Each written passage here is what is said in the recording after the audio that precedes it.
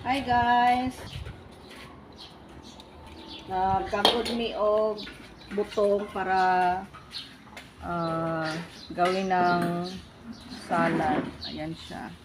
Yung pangkagod namin ang sobrang sexy. Kasi yung butas niya ang liit. Ano na siya, na premature na siya doon sa cabinet. Hindi na siya gumagana. So ayan siya. So ito na lang gagamitin namin, oh. Kutsara para madalian. O yan.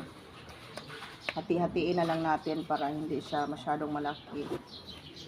Hindi mag-choke yung magkain. So, dapat puasa ngayon. Pero para hindi puasa dito sa bahay.